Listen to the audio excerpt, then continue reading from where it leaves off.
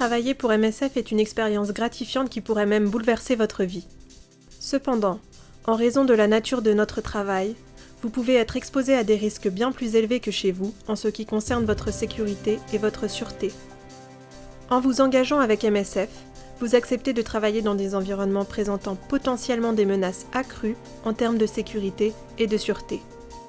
Votre candidature ne visant généralement pas une mission spécifique dans un pays ou un contexte en particulier, vous devez bien mesurer le poids de votre décision avant de postuler et être ouvert à différents environnements. Le risque zéro n'existe pas, de l'accident de voiture aux risques liés à l'hygiène et aux infections ou à l'attaque armée. Vous devrez prendre les consignes de sécurité très au sérieux. Il s'agit de votre responsabilité personnelle autant que de celle de MSF en tant qu'organisation. MSF a mis en place des protocoles de sécurité afin de gérer les risques et de faire en sorte que vous puissiez faire votre travail dans les meilleures conditions de sécurité et de sûreté. Toutefois, le risque zéro n'existe pas.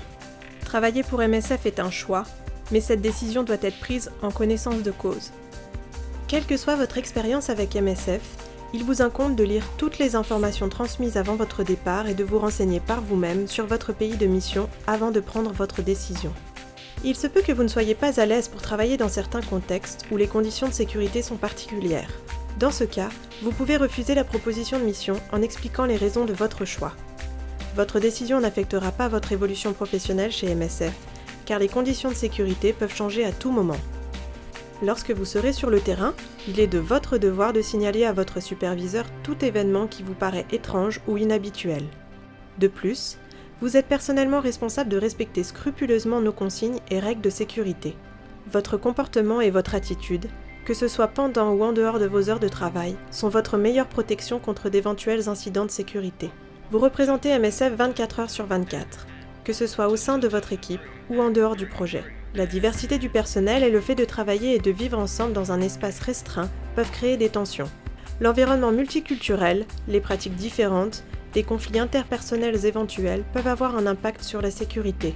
MSF ne tolère aucun comportement répréhensible car cela peut avoir un impact négatif sur la santé physique et psychologique du personnel et des patients, et aussi compromettre l'identité de MSF, sa réputation et la motivation de son personnel. Les missions sur le terrain peuvent être catégorisées selon qu'elles représentent des risques faibles, moyens ou élevés. Pour les missions à faible risque, les règles sont relativement souples. Par exemple, il se peut qu'il n'y ait pas de couvre-feu, que vous soyez autorisé à utiliser les transports publics et que vous puissiez même prendre vos vacances dans le pays. Dans la plupart des projets MSF, il existe pourtant au moins un niveau de risque moyen. Cela signifie qu'en fonction de la situation, il se peut qu'il y ait un couvre-feu en vigueur pendant lequel les heures de sortie de votre résidence sont restreintes. Généralement, le personnel n'est pas autorisé à sortir de la base après la tombée de la nuit. Dans d'autres cas, vous ne pourrez vous déplacer que dans la base et ses alentours immédiats, ne pourrez pas quitter la base à pied et ne pourrez aller seul nulle part. Il se peut aussi que vous deviez adhérer aux normes culturelles du pays comme la ségrégation homme-femme dans les espaces publics ou le port de vêtements adéquats. L'utilisation d'une identification MSF peut être requise car elle montre que vous êtes un représentant MSF et respectez sa charte.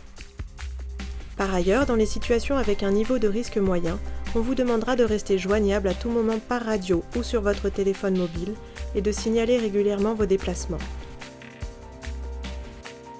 Dans les projets présentant un niveau de risque élevé, il se peut que vos déplacements soient strictement limités et que vous deviez suivre des consignes et des procédures très spécifiques. Vous rencontrerez peut-être un grand nombre de personnes armées dans le secteur et vous vivrez et travaillerez peut-être même près de zones en proie à des conflits armés. Dans certaines situations, vous pouvez être amené à cesser vos activités et vous rendre en lieu sûr. Dans les situations particulièrement extrêmes, le niveau d'insécurité vous empêchera peut-être de partir même si vous souhaitez désespérément quitter cet endroit. Dans ces circonstances, il arrive qu'il soit plus sûr de rester sur place que d'être évacué. MSF possède une hiérarchie bien établie qui garantit une répartition efficace et adaptée des ressources. Le chef de mission est chargé d'assurer la sécurité dans l'ensemble de la mission, c'est-à-dire dans le pays où MSF intervient, et travaille dans le bureau principal de MSF dans le pays. Le chef de projet est chargé d'assurer la sécurité de son équipe dans un projet spécifique sur le terrain.